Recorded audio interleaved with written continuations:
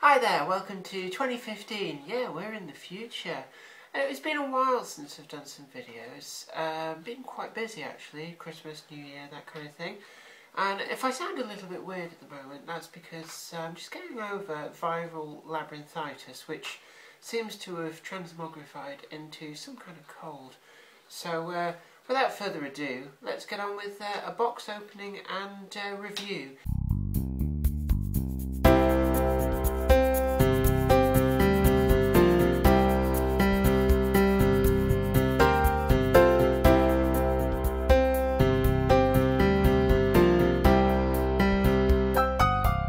What we've got here is a model that I've bought recently, and this is a Bachmann, but it's a limited edition special commission, and this has been commissioned by the Erith Model Railway Society, and this was for their 50th anniversary. And it's an 8-ton ventilated van, Shepherd Neame and Company, and it's a weathered version. They did do an unweathered version with a slightly different catalogue number, and pretty much the same livery. But the wagon was number 3 instead of number 4, just for a bit of variety. We've got the catalogue number 38-375U. So let's get this opened up and we'll have a little look-see here, see what we've got. Standard Bachmann box, the blue and red ones that everything really comes in now. So we'll pull that out. We've got the plastic inner, and one other thing which is quite apparent here is that we've got the limited edition certificate here. It's a limited edition of 504. This particular one is number 174, so possibly a sign that if you get in quick you'll be able to nab yourself one. It just gives a little bit of information about the wagon itself. It says here, Shepherd Neame are brewers situated in Faversham in Kent. They've been brewing since 1698.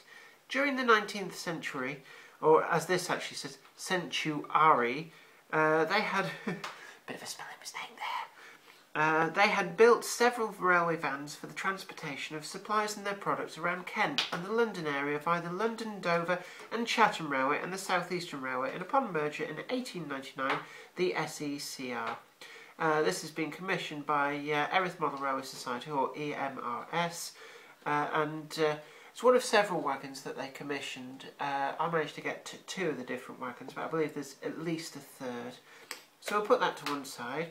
Apologies if I sound like I've got polyfiller in my nose. That's because I've got polyfiller in my nose. Actually, no, I haven't, but it's slightly bunged up. So anyway, let's just open this up. We've got the standard plastic blister there, and we've got the tissue paper on the roof just to protect the finish there. And that's in lieu of the sort of polystyrene-y stuff that Bachmann used to use. But for a while now we've been seeing tissue paper come into use. You can see the static there, it just sort of sticks to that. But let's have a look at this wagon.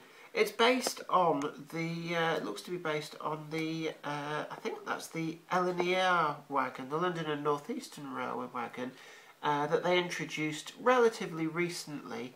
But this is in a pretty much a pre-grouping guise, so pre-1923.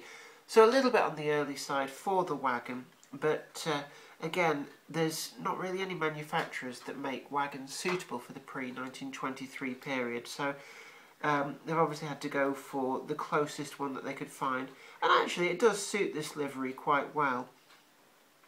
We've got the roundels there, the Shepherd Neame and Company with the Brewers Faversham in the middle, very crisply produced. It runs over the planking, but that doesn't actually detract from the logo. It hasn't distorted it anyway.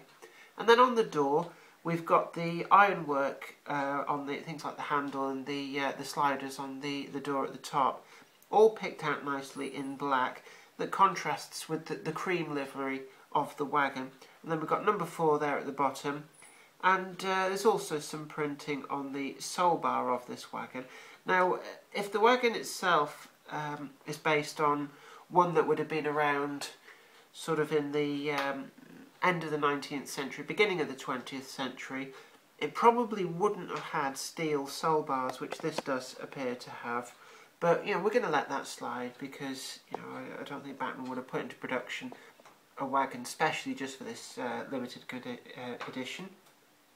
And in all honesty, this really does look a nice wagon, and it's nice to see a private owner wagon that isn't a tanker or just a standard open wagon. It just adds a bit of variety. The only other ones that I can immediately think of were done by Buffers in Axminster, and they did again a brewer's wagon and also an Axminster carpets wagon. So this will add a nice bit of variety into the display cabinets. We've got the vacuum hoses on the ends of the wagon. Again, probably not prototypical. There's a little voice in the back of my head telling me that actually the Westinghouse air brakes were in use by some of those companies, if not all of those companies. So if it had been an automatic train braked wagon in reality, it would have been more likely to have been, I suppose, an air braked wagon. Underneath we've got the representation of the vacuum gear and the braking, and I'm not entirely sure. I don't think Bachmann have done an unbraked version of this wagon, so again, limitations of the moulds.